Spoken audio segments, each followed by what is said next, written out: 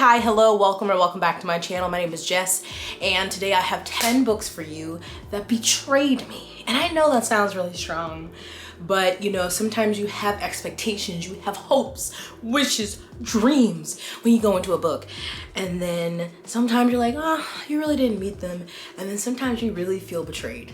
Especially if that's a long ass book. It's like, how dare you waste my time and do me like this? So this video is in collaboration with Izzy from Happy for Now and Temecka from Temecka's Library. So they are primarily romance readers. But you should check out both of their channels if you are looking for some dark and sometimes taboo, or maybe a lot of the times, taboo romances. Temecka has got you.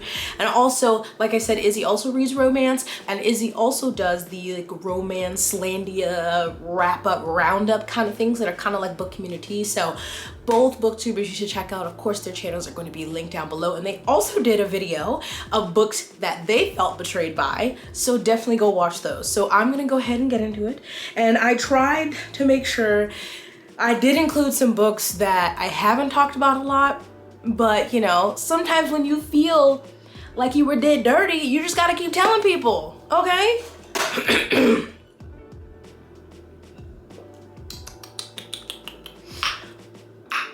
This lady made the strawberry watermelon tea.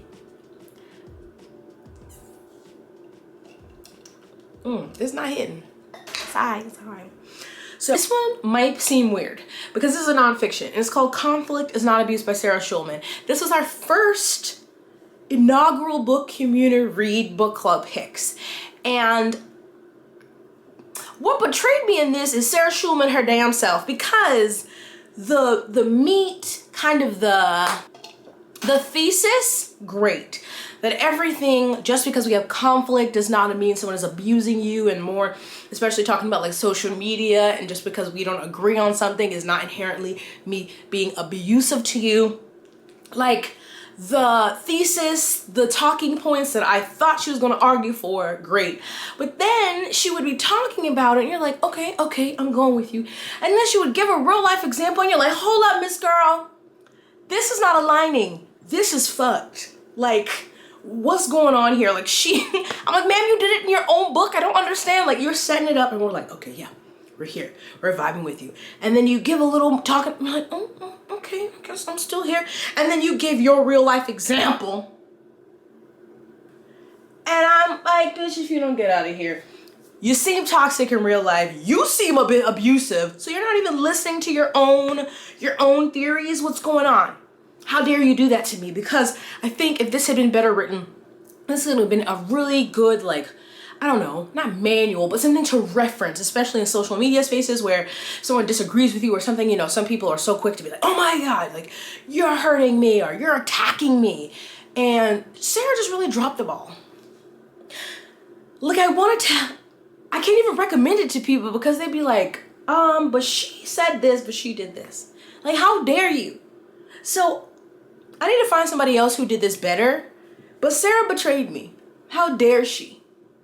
And for our first inaugural book, I'm shamed. Then I have, okay, Beach Read by Emily Henry. And my main betrayal was, it's not a beach read. Okay, 1, it's got a cutesy little cover. 2, it's called Beach Read. We got bright colors. Okay, literally it's not a beach. She's at a lake house, okay? There's a difference. And sure, she's at the beach, at the lake, because there's a little sand, but it's at the lake. It's not the beach. It's not an ocean. That bothers me. And 2, this really wasn't a lighthearted beach read. Me, when I'm thinking a beach read, that's a romance, I'm having rom-com. It's just, ooh, I'm eating it up. I'm laughing. Ooh, we're having fun. Love. Yay, I'm done. No, this was, let's deal with my dad's death and learning after he died about his infidelity and the other man struggling with his divorce. No, that's not a beach read. Oh, it was just too much. I was like, oh, I'm about to have a good time. I did not have a good time. Also, the sex scene when they were up against the bookshelves and nothing dropped off of the bookshelves will forever haunt me because it's not realistic. Was it mounted to the wall? Was everything glued to the shelves? Come on, nothing fell over, nothing tipped, nothing fell. It doesn't make sense. But betrayed because the cover, the name was telling me I was getting something light and fun, and it was a lie. Emily Henry's got one more chance with me, and that's Book Lovers. And if that's not good, I'm done with her. Yes, I did read People We Made on Vacation. I DNF'd it in like 20 pages. Moving on. I've mentioned this before, but Legendborn. Let me. When Legendborn came out, I wasn't like super like, ooh, I'm gonna read it, because I don't know a lot and don't really care to know a lot about Arthurian legend. It's just not I'm not very interested in it. And so, and young adult, I have been very selective on young adult books that I read, especially fantasy.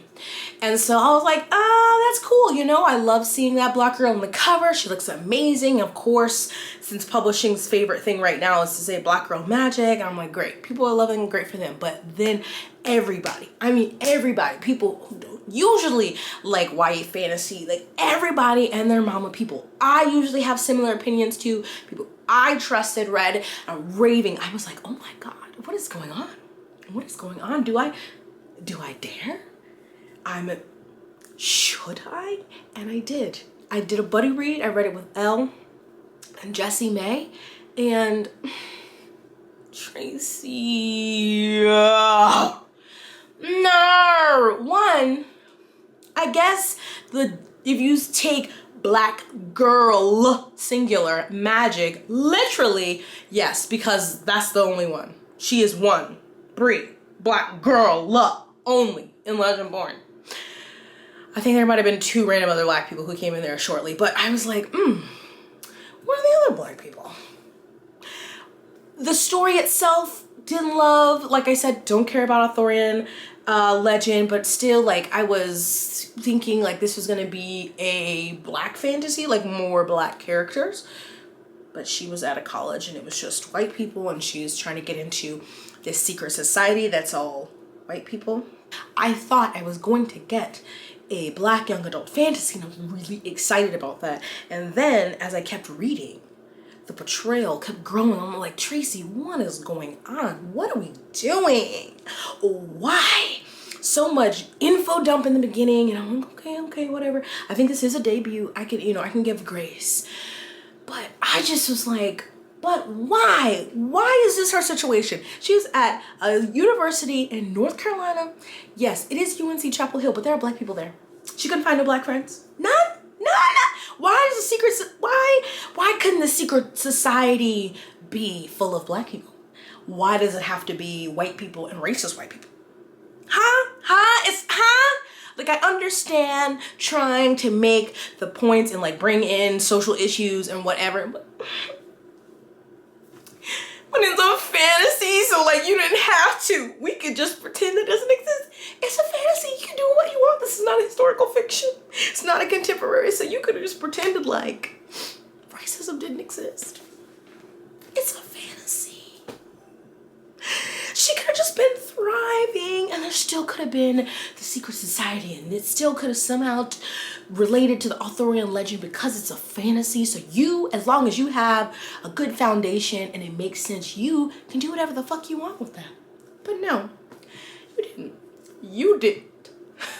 So really, you betrayed me and you betrayed Brie, the main character, because how dare you do her like that? At first, after I finished Legendborn, I was like, I kind of would read the next one, but I'm not.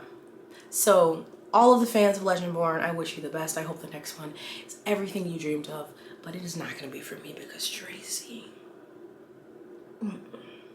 I don't know if I've ever talked about this one because this is something I read before I started my channel, but it's Kingdom of Ash by Sarah Janet Maas. So now, I know you're like, Jessica, come on.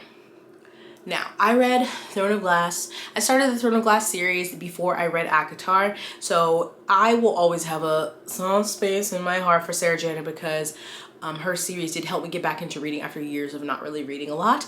And so I read Throne of Glass. At that time, there were 5 books out, I think. So Empire of Storms, and then obviously Kale's book and Kingdom of Ash hadn't come out yet. So then I went into ACOTAR. And so by the time Kingdom of Ash had come out, A Court of Wings and Ruin had come out. Now, honestly, when I first read ACOWAR, I just finished it and I was like on this high and I'm like, oh my god, I loved it. In hindsight, I was like, it wasn't really that great for it to be like a finale. At the time, I thought it was a finale of the series. And I thought, you know, more was going to happen, more people are going to die. But at the, like, literally when I finished ACOWAR, I thought that was it in that series and I was really happy, just to be honest. So then, going into Kingdom of Ash, I should have had better expectations. But to be fair, I loved Kale's book. I know a lot of people don't love Kale's book, Tower of Dawn, but I love Kale Westfall. Do not put any Kale Westfall slander in these comments. I will block you. Don't do it. One of my first book bays. And so I love Tower of Dawn. So going into Kingdom of Ash, I was like, it may not be perfect because I read the first Throne of Glass books and then I went back and reread them so I could, you know, see some issues, but I was still thinking that's gonna be a good finale at least. And no! One, it's like this big. Miss Goozy, why? It's like almost 1,000 pages. And I was so mad because I'm like, you are putting the stakes up here. And then nothing, like, I cannot stand that in something that's supposed to be an epic fantasy where, like, that's why when I read, what is it, A Court of Silver Flames or whatever, I was like, I know nothing's gonna happen because she does not kill people. The Throne of Glass character list is pretty long. You know, there's the main character, I mean, there's so many different people. And like, maybe one person of significance died. And then the way that the big bad was handled was so just like, I'm like, we've been battling, we've been working up to it, we've been traveling, planning, all these things for all these books. And then it's like, oh, poof, he's gone, she's gone, bye. And the person you killed, that wasn't nice. Why do you kill them? You could have killed all these other people, but you killed that one. Okay, so anyway, Betrayal by Kingdom of Ash, and that big ass book. Also, compared to the other books in the series, it's just this big yellow book. It looks terrible. That's what happens when your room's a mess. Okay, you see them right here.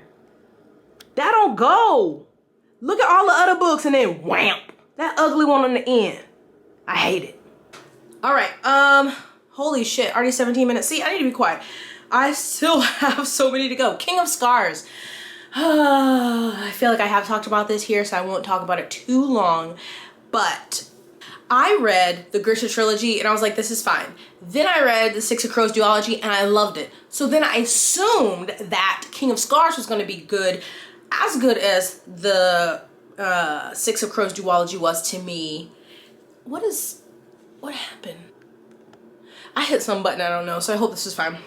So I was thinking that King of Scars is going to be at least as good, if not better, because now she has written 3 books in the Grisha trilogy, 2 books, so this is going to be the 6th one. I thought it was going to be improved. No, it didn't. What happened?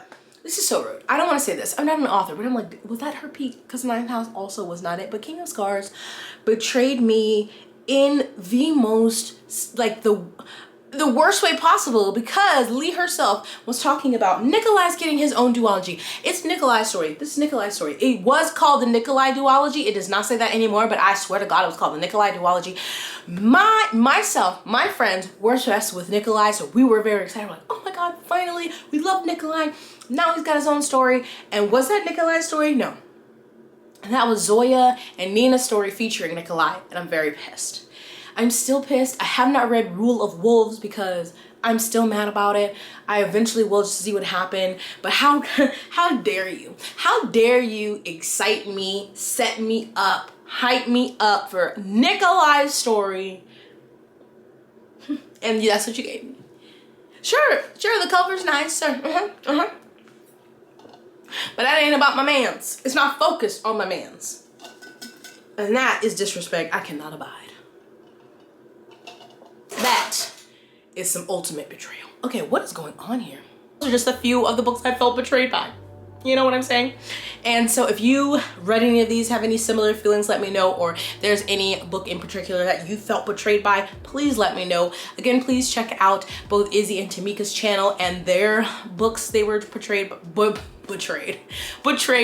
videos. Again, will be linked down below. Thank you all for watching. Give this a thumbs up, subscribe, including their links. I always have links to like my social media in my description. Also ways to support my channel if you want to join Patreon or whatnot.